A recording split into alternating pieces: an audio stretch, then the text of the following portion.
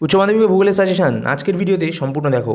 প্রাকৃতিক ভূগোল থেকে আমরা প্রথমে দিচ্ছি 2-3 মানের, তারপর বড় প্রশ্ন, তারপর আঞ্চলিক ভূগোলে যাব। বর্জিত প্রক্রিয়া সৃষ্ট ভূমিরূপ থেকে আবরণ আরোহণের পার্থক্য আসবে, পর্যায়নের মাধ্যম কী কী আসবে, ভৌমজলের কাজ ও কাষ্ঠ অঞ্চল থেকে তোমাদের 2024 সালে পরীক্ষায় প্রশ্ন এসে গেছে অলরেডি, তাও দিয়ে রাখি 2-3 মানের।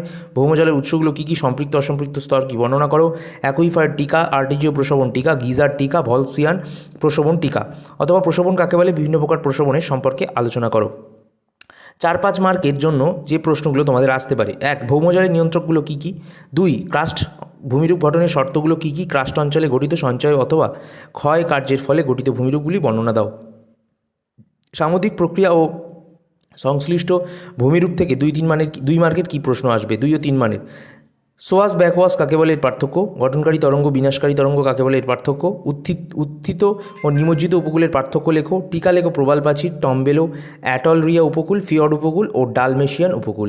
তারপর প্রবাল প্রাচীর গঠনের শর্তগুলো কী কী আলোচনা করো। স্বাভাবিক ক্ষয়চক্র থেকে তোমাদের এই সম্ভাব্য প্রশ্নগুলি তোমাদের দিয়ে দিচ্ছি, দেখো 2-3 মানের। ডেভিসের ত্রয়ী সূত্রটি, ত্রয়ী বলতে কী বোঝো আলোচনা করো। স্বাভাবিক ক্ষয়চক্র ও শুষ্কতার ক্ষয়চক্রের মধ্যে পার্থক্য লেখো। নদী ক্ষয়ের শেষ সীমা বলতে কী বোঝো। 4-5 মার্কের প্রশ্ন আসতে পারে, যে প্রশ্ন যেমন 1. ডেভিস বর্ণিত ক্ষয়চক্রের বিভিন্ন পর্যায়গুলি উপযুক্ত চিত্রসহ আলোচনা করো। জলনির্গম প্রণালী থেকে 2 ও 3 মানের কী প্রশ্ন আসতে পারে।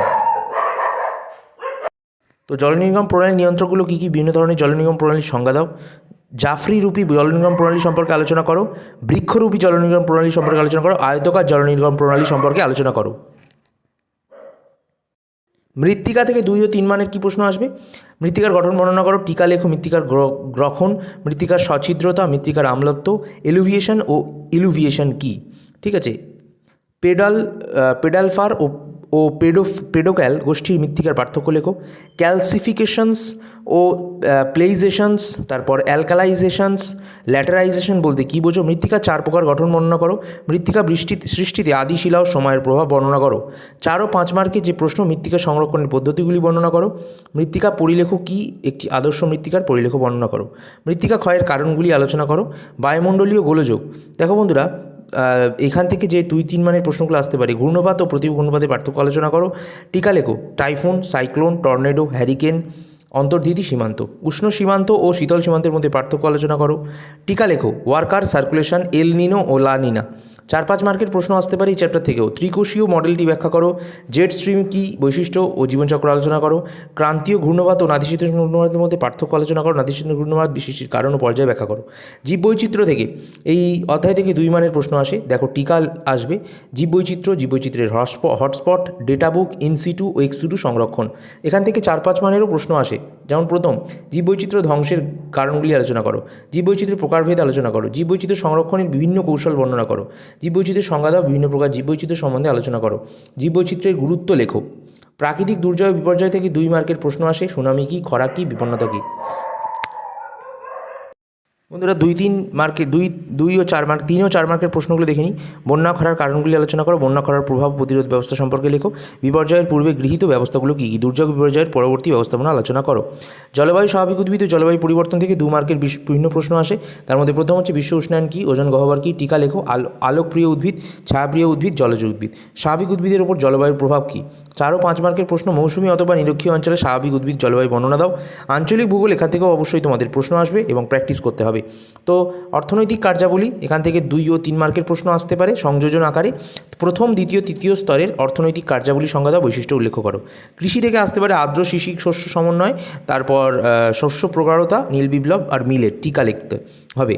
আর্দ্র কৃষি ও শুষ্ক কৃষির পার্থক্য আসতে পারে। বাণিজ্যিক কৃষি, উদ্যান কৃষির সংজ্ঞা ও বৈশিষ্ট্য আলোচনা করো। ব্যাপক কৃষি ও প্রগাঢ় কৃষির পার্থক্য আলোচনা করো। বন্ধুরা, এর পাশাপাশি ভারত ও চীনের যে ধান উৎপাদনের অনুকূল পরিবেশ উন্নতির কারণ আলোচনা করো। দক্ষিণ ভারতে কফি চাষের উন্নতির কারণ কী। শ্রীলঙ্কায় চা চাষ উন্নতির কারণ। মিশরে কার্পাস চাষে উন্নতির কারণ আলোচনা করো।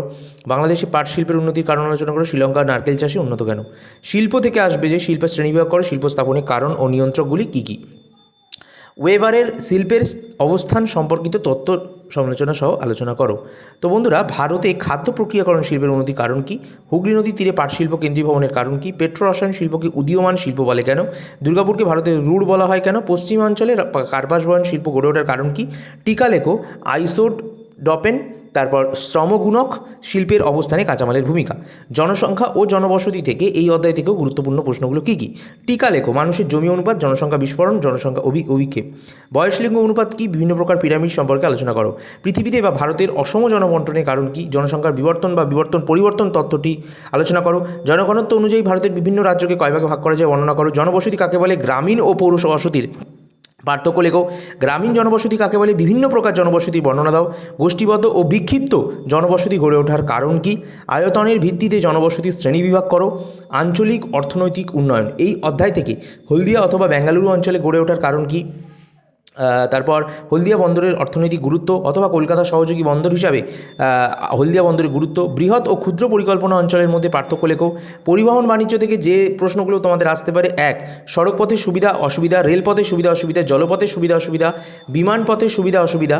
টিকা আসতে পারে সোনালী চতুর্ভুজ, হীরক চতুর্ভুজ, সার্ক, WTO, OPEC, G8 আর SAPTA। তো এই সমস্ত তোমাদের যা যা দিলাম তোমরা সবকটা প্র্যাকটিস করবে বন্ধুরা। আর অবশ্যই যারা যারা সাজেশান কিনতে চাও আমাদের থেকে কিন্তু মাধ্যমিক উচ্চ মাধ্যমিকের সাজেশান কিনতে পারো। 2025 সালে সাজেশান কেনার জন্য অবশ্যই তোমাদেরকে বলবো 9038602842 এই নাম্বারে যোগাযোগ করতে। এই নাম্বারটা ডিসক্রিপশন বক্সে ও কমেন্টের ফার্স্টে তোমাদের লিঙ্ক করা রইলো, তোমরা অবশ্যই সেখান থেকে পিন করে আমার কাছ থেকে সাজেশান কিন্তু কিনে নিও।